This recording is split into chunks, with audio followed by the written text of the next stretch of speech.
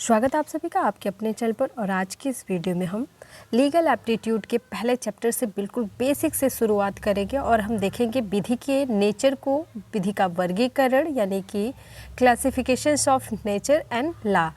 तो किस प्रकार से इसकी डिफिनीशन है, क्या क्या डिफिनीशन इम्पोर्टेंट है, तो ये सारी चीज़ें हम डिटेल में पढ़ेंगे। लेकिन आज हम कुछ महत्वपूर्ण प्रश्न पहले चैप्टर से सॉल्व करने वाले हैं।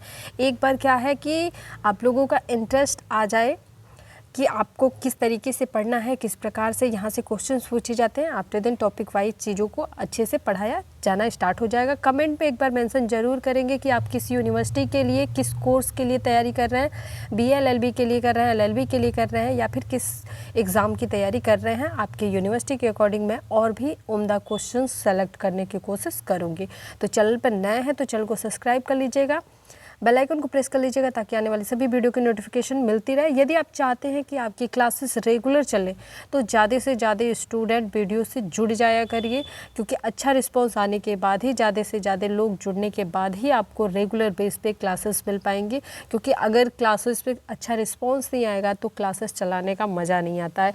चलिए देखते हैं आज के सेशन का पहला प्रश्न है, प्राकृतिक विधि से क्या तात्पर्य है, प्राकृतिक विधि का क्या अर्थ है, प्राकृतिक विधि क्या होता है, प्रश्न आपसे पूछा जाए। तो देखिए, प्राकृतिक विधि से क्या हमारा अर्थ होता है। प्राकृतिक विधि का मतलब होता है, प्राकृतिक विधि का क्या मतलब हो जाएगा, प्राकृतिक न्याय का सिद्धांत जो होगा वही प्राकृतिक विधि कहलाएगा। ठीक है ना। प्राकृतिक विधि क्या कहलाएगा, प्राकृतिक न्याय का जो सिद्धांत होगा वही प्राकृतिक विधि कहलाएगा। इसलिए ऑप्शन डी इस प्रश्न का सही आंसर हो जाएगा।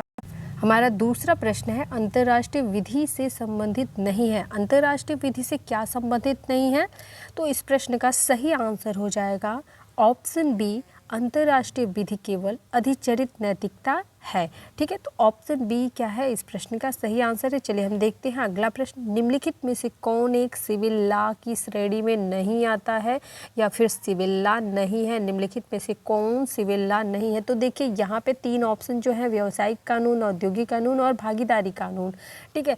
ये तीनों ही आपके सिविल लॉ की श्रेणी में आते हैं। किस में आते हैं, सिविल लॉ की श्रेणी में आते हैं। तो इसलिए यहाँ पे जो आपकी IPC है यानी कि इंडियन पेनल कोड है, आपका भारतीय दंड संहिता है, ऑप्शन डी इस प्रश्न का सही आंसर हो जाएगा। सही आंसर क्या होगा, ऑप्शन डी हो जाएगा। भारतीय दंड संहिता सिविल लॉ की श्रेणी में नहीं आता है। चलिए अगला प्रश्न हमारा है, भारत में विधि के प्रमुख स्रोत हैं, यानी कि भारत में जो विधि की देन मानी जाती है या फिर भारत में विधि का जो सबसे बड़ा स्रोत माना जाता है वो कौन है। तो भारत में विधि का जो सबसे बड़ा स्रोत है वो हमारा भारतीय संविधान है। Option A is right answer. Option A इस प्रश्न का क्या हो जाएगा, सही आंसर हो जाएगा। देखिए ये सभी पहले ही चैप्टर से हैं और बहुत ही इंटरेस्टेड क्वेश्चंस भी हैं और ये आपके एग्ज़ाम में पूछे हुए प्रश्न भी हैं। इन सभी आप क्या करिए कि सभी प्रश्नों को साथ में लिखते चलिए। पहले चैप्टर से मैं आपको पढ़ाते हुए चल रही हूँ, तो आज के जो क्वेश्चंस मैं बता रही हूँ सभी को नोट करते चलिए, चैप्टर वाइज सारी चीज़ों को कलेक्ट करते चलिए। चलिए आगे प्रश्न हमारा है, वाद का एक पक्ष कहलाता है। वाद का एक पक्ष क्या कहलाता है, तो वाद का एक पक्ष कहलाता है वादी। Option A is right answer. चलिए आगे हमारा प्रश्न है, विधि शास्त्र क्या है। विधि शास्त्र क्या है, विधि शास्त्र क्या कहलाता है, तो विधि शास्त्र विधि का तर्क जो होता है वही विधि शास्त्र कहलाता है। विधि के लिए जो तर्क दिए जाए, यानी कि जिससे विधि को सही तरीके से समझा जा सके, विधि को अच्छे से स्पष्ट किया जा सके जिन तर्कों के माध्यम से, उसी को हम विधि शास्त्र बोलते हैं। विधि शास्त्र का मतलब क्या होता है, जिसके विषय में हम अध्ययन करें। ठीक है।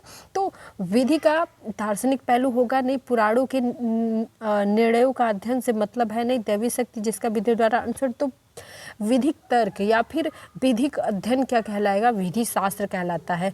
कोई भी शास्त्र क्या होता है, उस विषय से संबंधित जो हम अध्ययन करते हैं वही उस विषय का शास्त्र कहलाता है। ठीक है। तो यहाँ पे विधि के लिए जो शास्त्र है, विधि का जो तर्क है वही विधि शास्त्र कहलाएगा। ऑप्शन बी इस प्रश्न का सही आंसर हो जाएगा। चलिए हम आगे प्रश्न देखेंगे।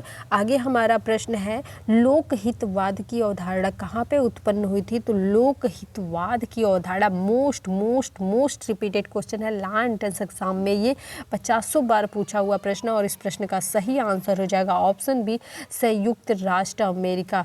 संयुक्त राष्ट्र अमेरिका में सबसे पहले लोकहितवाद की अवधारणा पनपी थी होगी। तो यहाँ पे ऑप्शन बी इस प्रश्न का सही आंसर हो जाएगा। और हम आगे प्रश्न देखेंगे, प्रथम विधि आयोग के अध्यक्ष कौन थे? मोस्ट रिपीटेड क्वेश्चन है ये, कई बार आपके लॉ एंट्रेंस एग्जाम में भी पूछा है और पुलिस एग्जाम में भी कई बार पूछा जा चुका है, काफ़ी अच्छा प्रश्न है। तो इस प्रश्न का सही आंसर हो जाएगा ऑप्शन बी, MC सीतलवाड़ जो है प्रथम विधि आयोग के अध्यक्ष थे। M सीतलवाड़ प्रथम विधि आयोग के अध्यक्ष थे, इतना याद रखेंगे आप, बिल्कुल इम्पॉर्टेंट प्रश्न है। जल्द ही मैं इसका जो स्टार्टिंग का टॉपिक है, चैप्टर है, वो भी आपको पढ़ाने की कोशिश करूँगी। पहले टॉपिक पढ़ाऊँगी, उससे रिलेटेड फिर क्वेश्चन कराऊँगी। अभी मैं आपको कुछ टेस्ट करा रही हूँ जिससे आपकी पकड़ लीगल पे अच्छी बनती जाए। सिविल प्रक्रिया संहिता किससे संबंधित है? सिविल प्रक्रिया संहिता किससे संबंधित है? Most important and most repeated question. Civil प्रक्रिया संहिता संबंधित है सिविल कोर्ट प्रक्रिया से, सिविल कोर्ट प्रक्रिया से संबंधित है सिविल प्रक्रिया संहिता। चलिए हमारा अगला प्रश्न है, प्रूडेशिया शब्द का अर्थ है। प्रूडेशिया शब्द का क्या अर्थ है? तो प्रूडेशिया शब्द का अर्थ होता है ज्ञान। ऑप्शन बी इस प्रश्न का सही आंसर हो जाएगा। और बहुत ही उम्दा प्रश्न था ये आज के सीरीज का। और आशा करती हूँ आज का ये पहला वीडियो जो आपके सब्जेक्ट से संबंधित, लीगल एप्टीट्यूड से संबंधित है, आप सभी को समझ में आया होगा। आप सभी ने इसमें से सभी के क्वेश्चंस लगभग सही भी गए होंगे। आगे हम इसी चैप्टर का कुछ और उम्दा और सेलेक्टेड प्रश्न सॉल्व करने वाले हैं। तो चैनल पर बने रहिएगा।